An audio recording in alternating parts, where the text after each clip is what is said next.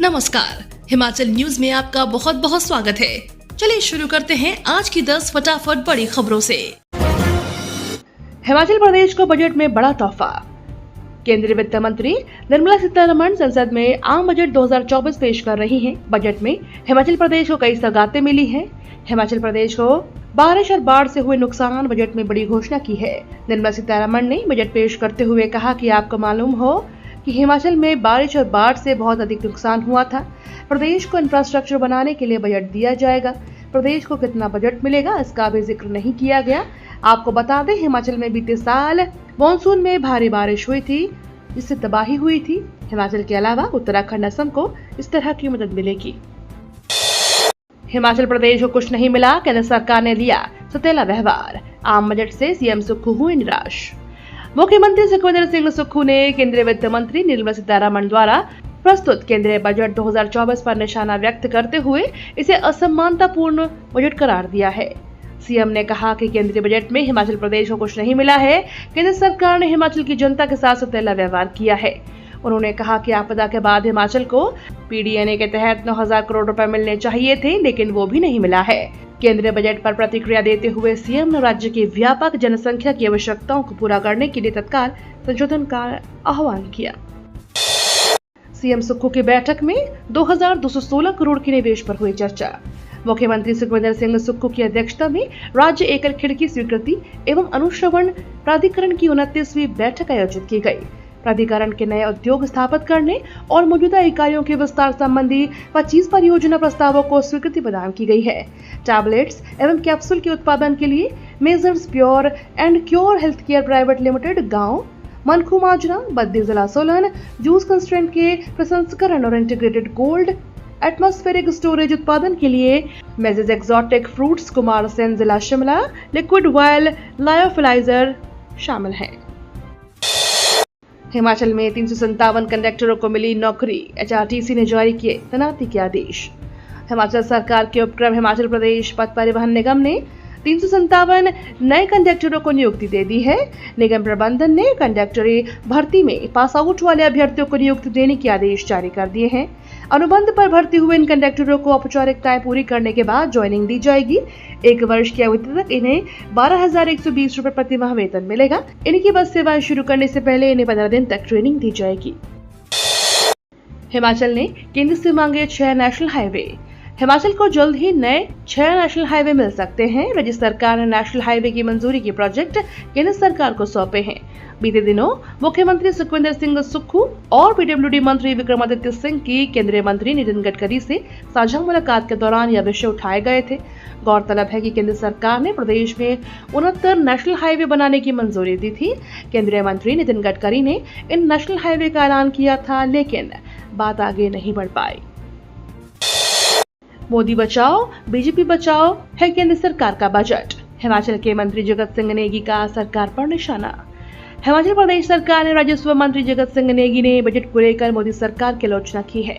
उन्होंने कहा कि भारतीय जनता पार्टी के नेतृत्व वाली सरकार की बीते 10 साल में जिस तरह की कार्यशैली रही है, उससे पहले हिमाचल प्रदेश को किसी तरह की उम्मीद नहीं थी। ये बजट मोदी बचाओ वाला है। केंद्र सरकार ने बजट में सिर्फ और सिर्फ ऐसे राज्यों को मदद दी गई है जो एनडीए सरकार में सहयोगी दल है। उन्होंने कहा कि यह सरकार की ओर से अपने बैसाखियों को मदद देने जैसा है। आपदा प्रभावित क्षेत्रों का होगा पुनर्निर्माण। अनुराग ठाकुर बोले, पीएम मोदी ने हिमाचल को माना दूसरा घर। पूर्व केंद्रीय मंत्री और हमीरपुर लोकसभा क्षेत्र से सांसद अनुराग सिंह ठाकुर ने प्रस्तुत केंद्रीय बजट में वित्त मंत्री निर्मला सीतारमण द्वारा आपदा प्रभावित हिमाचल में पुनर्वास कार्यों के लिए बजटीय प्रावधान के लिए प्रधानमंत्री नरेंद्र मोदी व वित्त मंत्री का आभार प्रकट करते हुए इससे आपदा प्रभावित क्षेत्रों के पुनर्निर्माण और आम जनजीवन को सहायता पहुंचाने की दिशा में बहुत ही उपयोगी सिद्ध होने की बात कही है। केंद्र सरकार की ओर से यह सहायता हिमाचल में सामूहिक प्रयास से राज्य के आपदा प्रभावित क्षेत्रों के पुनर्निर्माण और आम जनजीवन को सहायता पहुंचाने के लिए बहुत ही उपयोगी सिद्ध होगी। हिमाचल को विशेष ग्रांट, आपदा राहत की उम्मीद, राष्ट्रीय प्रोजेक्ट घोषित हो। Bhanupalli rail line. हिमाचल प्रदेश केंद्रीय बजट से कई उम्मीदें लगाए बैठी है। सरकार ने पहाड़ी राज्यों के लिए विशेष ग्रांट देने का मामला उठाते हुए जम्मू कश्मीर और उत्तराखंड के अलावा पूर्वोत्तर राज्यों की हाँ में हाँ मिलाई है। पिछली बरसात में आपदा से जूझे हिमाचल के लिए विशेष अनुदान राशि जारी करने का आग्रह किया है। केंद्र से आई टीमों ने 3000 करोड़ रुपए के नुकसान के आकलन के बावजूद भी राहत राशि नहीं मिली है। वह राशि बजट में जारी करने का अनुरोध किया गया है। अब ऑनलाइन नहीं मिलेगी नशीली दवाइयां। नशा करने वाले युवा अब ऑनलाइन नशीली दवा नहीं मंगवा पाएंगे। इसके लिए ऑनलाइन नशीली दवाइयों पर बिक्री पर स्वास्थ्य विभाग के हस्तक्षेप के बाद रोक लग गई है। चंबा में ऑनलाइन नशीली दवाइयों के चल रहे अवैध धंधे का पर्दाफाश होने की जो खबर अमर उजाला ने प्रकाशित की थी, उस पर संज्ञान लेते हुए असिस्टेंट ड्रग कंट्रोलर ने यह मामला drug controller general of India के ध्यान में आया। वहां से ऑनलाइन कंपनी को नशीली दवाइयां बेचने को लेकर प्रतिबंध लगाया गया है। प्रत्येक हिमाचल वासी पर 1,17,000 का कर्ज अरुणाचल के बाद सबसे ज्यादा खर्चे कम करेगी सरकार। हिमाचल प्रदेश के प्रत्येक व्यक्ति पर 1,16,180 रुपए का कर्ज हो गया है, जो कि देश में अरुणाचल प्रदेश के बाद सर्वाधिक है। इस आर्थिक बदहाली से प्रदेश को बाहर निकालने के लिए मुख्यमंत्री सुक्खू द्वारा गठित रिसोर्स मोबिलाइजेशन कमेटी की मंगलवार दोपहर बाद सचिवालय में अहम बैठक हुई। इसमें अनावश्यक खर्च कम करने, सरकारी गाड़ियां व अफसरों की मौज रोकने और अफसरों का नियुक्तिकरण करने जैसे सुझाव पर चर्चा की गई। किन्नौर कैलाश यात्रा के लिए 25 जुलाई से रजिस्ट्रेशन। भगवान शिव के शीतकालीन प्रवास स्थल किन्नौर कैलाश की यात्रा के लिए किन्नौर प्रशासन ने पंजीकरण की तिथि 25 जुलाई 2024 प्रातः 11 बजे से शुरू करने की घोषणा जारी की है। प्रशासन द्वारा पंजीकरण की यह सुविधा ऑनलाइन व ऑफलाइन दोनों रूपों में की जाएगी। जिला पर्यटन अधिकारी किन्नौर और SDM Kalpa doctor major Shashank Gupta ने बताया कि किन्नौर जिला के तांगलिंग रूट से किन्नौर कैलाश की यात्रा आयोजित की जा रही है। सितंबर में चालू हो जाएगा बगलामुखी रोपवे। मंडी जिला में पंडौ के नजदीक निर्माणाधीन बगलामुखी रोपवे सितंबर महीने से चालू हो जाएगा। इस रोपवे का निर्माण अंतिम दौर में है, जिससे शुरू होते ही यहां पर लोगों को काफी सुविधा मिलेगी। पिछले दिनों रोपवे के निर्माण में तकनीकी रूप से कुछ दिक्कतें पेश आई थी, लेकिन उनको दूर किया जा चुका है और तेजी के साथ यह काम चल रहा है। नाबार्ड की मदद से यह हिमाचल प्रदेश का पहला प्रोजेक्ट है। माना जा रहा है कि इससे सफल संचालन के बाद नाबार्ड से और वित्तीय सहायता रोपवे प्रोजेक्टों के लिए मिल सकेगी। हिमाचल के शहर में डेंगू, स्क्रब, टाइफस के मामले। जिला सिरमौर विशेषकर नाहन में बरसात के मौसम में लगातार बढ़ते डेंगू के मामले स्वास्थ्य विभाग के लिए चिंता का विषय बन रहे हैं, तो वहीं लोगों को भी डेंगू का डंक लगातार सता रहा है। इसी महीने जुलाई माह में डेंगू के काफी मामले बढ़ोतरी देखने को मिल रहे हैं।